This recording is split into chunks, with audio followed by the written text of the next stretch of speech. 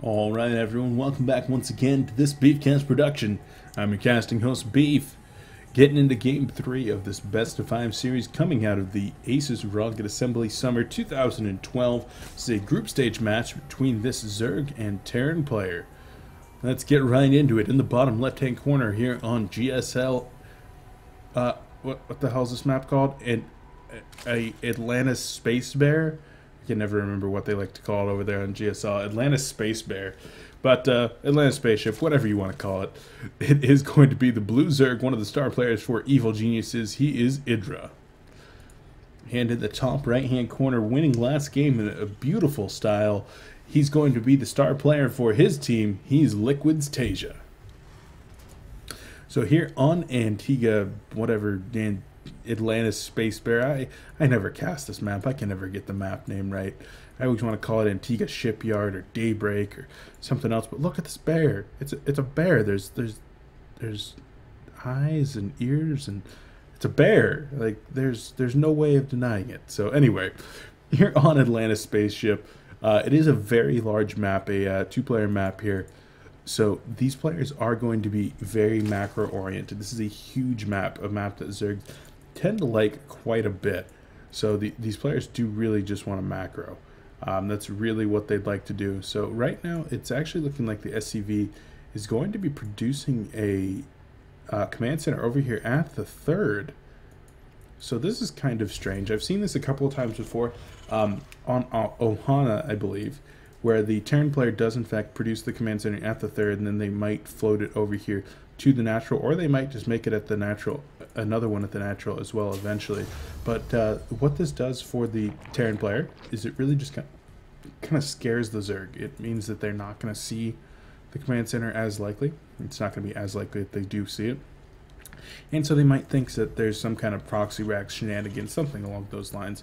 So this command center is going to be going down there at the third, and there is the rally point already. So it looks like he's intending to keep the command center there as well. So Zerg player might get scared, might be forced into a few units that he doesn't want to make just because he feels that he's defensive. Maybe force a spine crawler, something like that. I would say force an extra queen, but forcing an extra queen is probably never really a bad thing for the Zerg player. You want as many queens as you can handle. Just get as many creep tumors out there as possible. Make sure that you're hitting all of your injects and defend from pretty much anything, because queens are awesome. And as a Zerg player, I say if they ever touch queens, I will quit the game and go down to Blizzard headquarters myself and punch somebody right in the balls.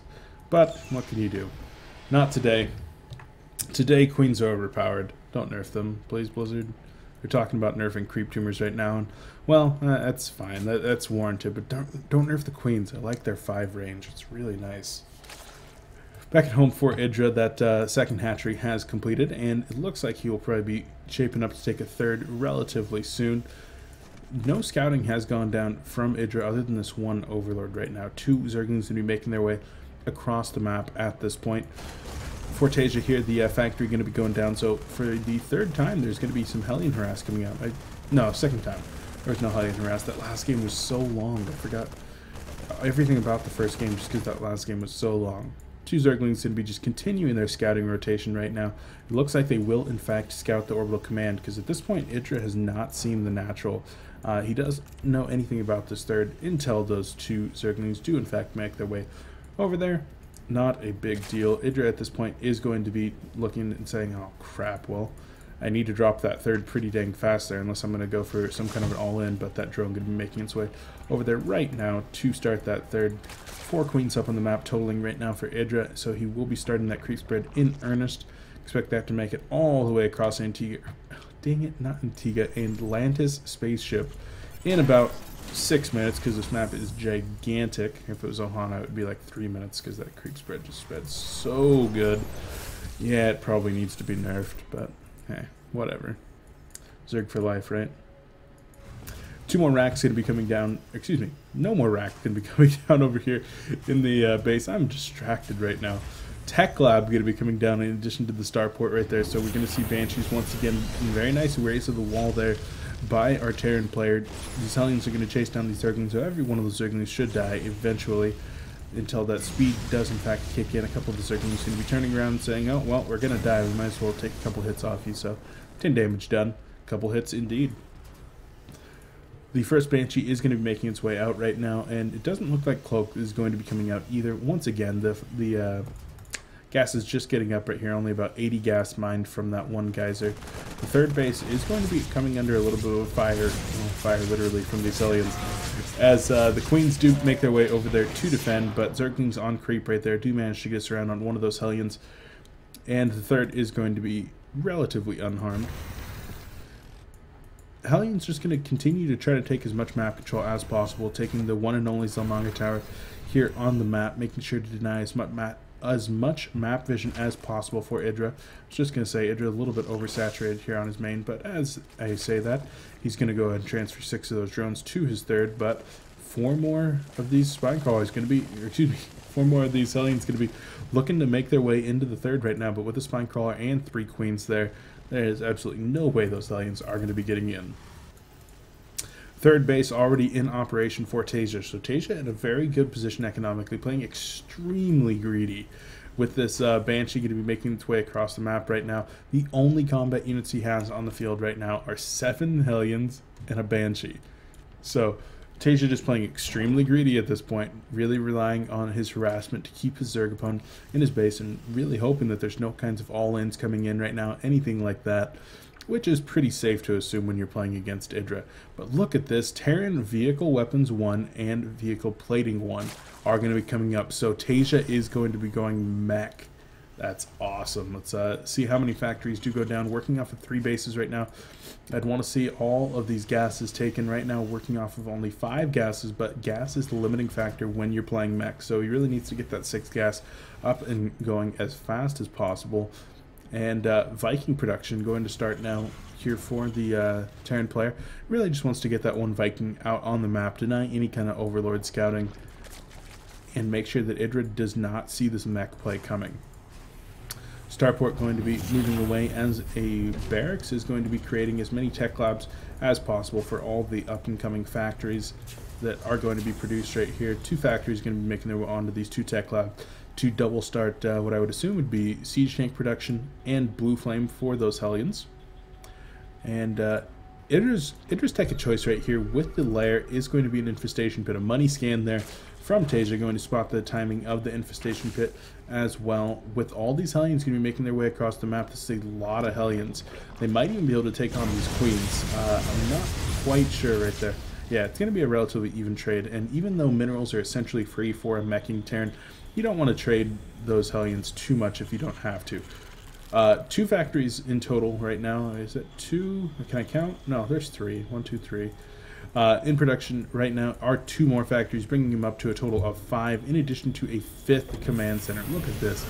Patients are just going absolutely crazy right now. This one command center going to be making its way over here to the positional base with the 3 gases.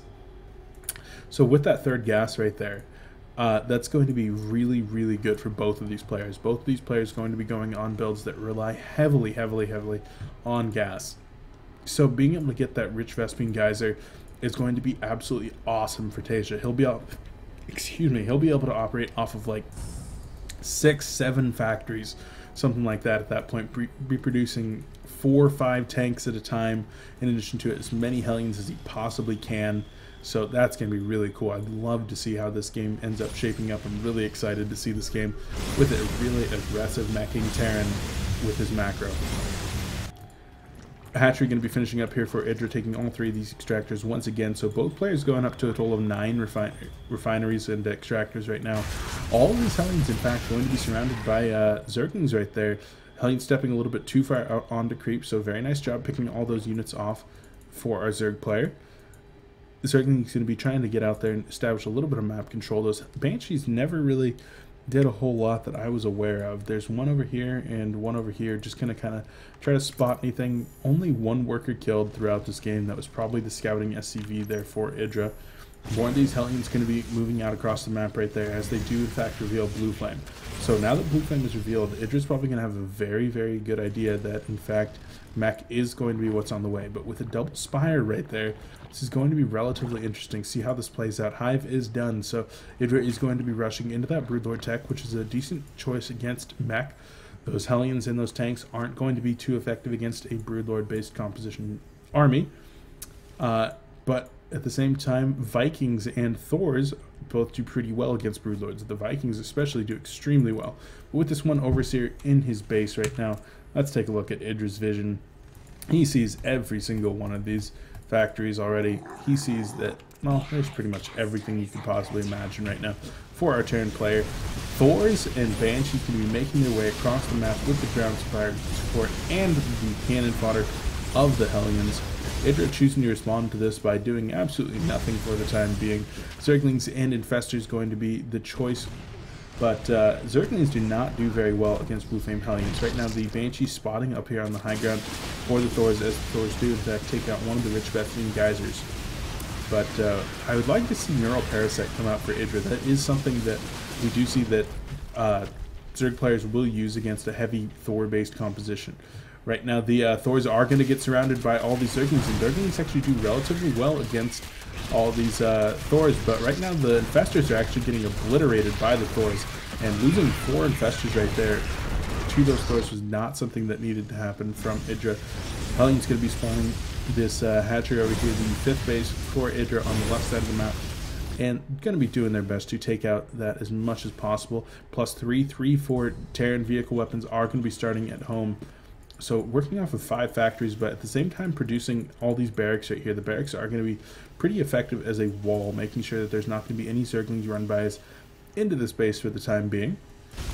Hellions do, in fact, force a cancel. I'm not even sure if that did, in fact, get canceled by IdrA, and another command center going to be going down here on the positional base. The little guy with only 1 gas and 5 mineral fields right there, but already working off of 2 of these macro orbitals in that base right there. And Starport's going to be cranking out as many Vikings as possible, knowing, in fact, that IdrA will be going for that Broodlord-based army once again.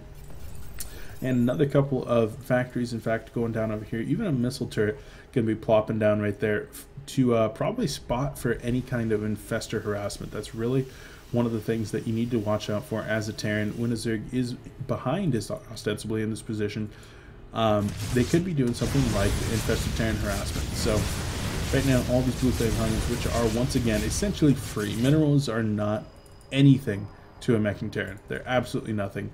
You can throw away as many Hellions as you possibly want. As long as you have time to rebuild them, then they're free. All these minerals are just completely wasted for Taeja right now. All he cares about is all those gases, which he has plenty of gases right now. Spotting these Broodlords do those Hellions, and all the Corruptors, Infestors, and Broodlords going to fall back for the time being, but a large Zergling run by over here into the 3rd for Taeja. The Blue Flame Hellions and the Thors going to be making their way over, but those Zerglings already did quite a bit of damage, even catching 1 Thor over here. So the nice job by those Zerglings right there, making use of the free supply for the Zerg player. But look at all these Thors making their way across the map right now. Let's take a look at the army compositions. 14 Vikings, 6 Thors, 4 Banshees, and 16 Hellions. That is the composition right now for Taeja. Absolutely beautiful. That is going to be so hard for the Zerg to deal with right there. Broodlords on the other side. There are going to be 5 Broodlords with another 5 in production, bringing the total up to 10. 12 Corruptors to try to deal with those Vikings, but look at those Fungals going down right there as the 2 armies start to meet. Beautiful Fungals going down on those Hellions and those Vikings right there. The Infestors trying to get in to finish off even more Fungals, but not quite able to get into position. Broodlords are going to be raining down hell onto these Thors right there, but the Vikings do come in and able to pick off 1 and 2 Thors, right? Excuse me, 2 Broodlords, but the Vikings do get pushed back eventually by the Corruptors. A couple more Broodlords going to be more ASAP here, but the Thors, moving even as slow as they do, still manage to move a little bit faster than those Broodlords. Broodlord's going to try to do a flanking maneuver here on the Thors, but the Thor's going to say, screw that, we're just going to kill this hatchery. We know we're dead, but we're going to kill this hatchery anyway. And Thors actually do manage to pick off 1 of the Broodlords so far, and maybe even a Corruptor right there, managing to put a lot of damage onto these air units. These 3/3 Thors are just so powerful right there. Looks like 9 damage times 4, that's 36 damage in splash for the Broodlords. Oh, that's a lot of damage with each one of those volleys.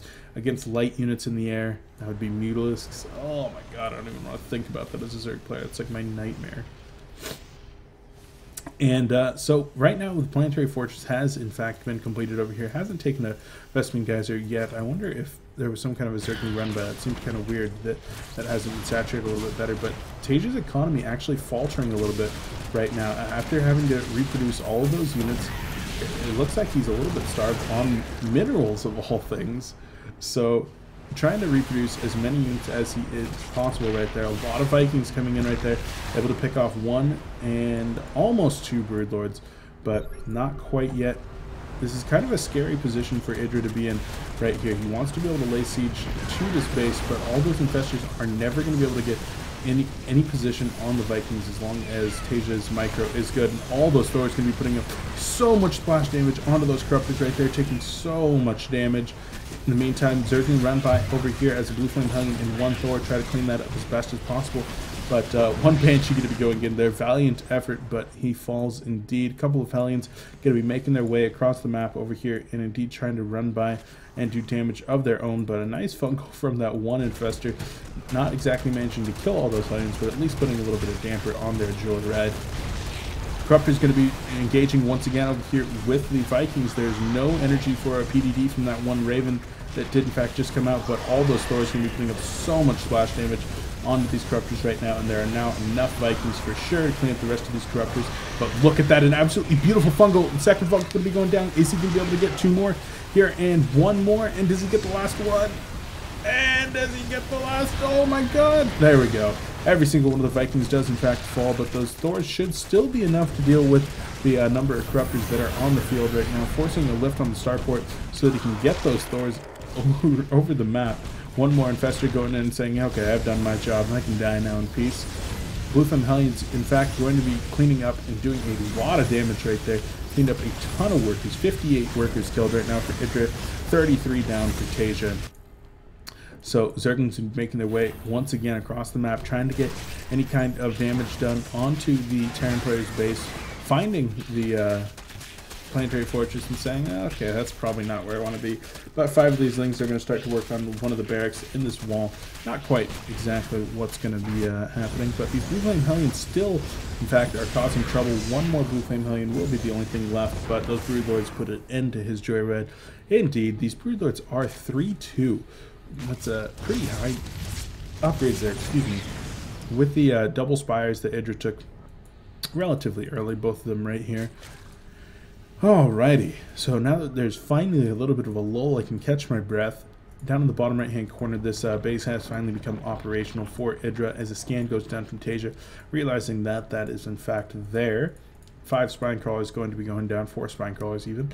Going to be going down, try to protect everything for IdrA at each one of his bases. There's going to be quite a few spine crawlers, not really finding it necessary to put down any spores right now just because drops are not nearly as prevalent with a Mech and Terran. Still hasn't taken this Vespene Geyser, which is kind of weird to me, but no big deal. Not even retaking either of these Vespene Geysers is Taeja. Taeja actually looking like he's just kind of saying, okay, I'm going to keep on macroing up, not really worry about my economy too much, and just assume that I'm going to kill you, which very well might happen right now with 11 of those Broodlords over there. Oh, look at that! Neural Parasites finally going down from these Infestors. Absolutely beautiful job right there. The Thor is going to be getting in there, trying to do damage to their buddies. Broodlord's going to be coming in, providing supporting fire for the 3 Thors that are in fact Neural Parasite. Even a Fungal Parasite going to be going down onto those Thors. And absolutely beautiful engagement here from IdrA. Going to be able to clean up a lot of these Thors, but unfortunately the Vikings are going to be putting a lot of damage back into these Broodlords, and there's no Corruptors in sight from IdrA. 8 are in production, but every single one of these Broodlords is going to fall before the Corruptors get over there. Nice Fungal can be going down onto 2 of those Vikings, but not enough. The Raven even going to be getting into the fray right there and trying to do whatever work he can. But with that last Viking versus 1 Broodlord, and the Broodlord does fall at the same time as the Viking. That is so unfortunate. So IdrA, let's look at as unit composition right here. 5 Infestors, 12 Corruptors, 4 Zerglings. That is it. IdrA is pretty much tapped for army. Let's look on the other side. There are in fact 8 Vikings. We do have 6 Hellions and 2 Thors and 2 Ravens, and IdrA, realizing what a dire position he is in, chooses to GG. So an excellent display of really mech play. Artosis is probably somewhere just being extremely happy that Taeja did in fact go mech and just did it very, very well in this game. Not quite in a TVT, but mech against Zerg, it's pretty fun too. So nice job there from Taeja. Manages to bolster his lead up to 2-1 here in this best of 5 series. So 1 game away from taking the series and moving on in the group stage is Taeja. Thank you very much for joining me once again. I've been your casting host, Beef, and we'll catch you in the next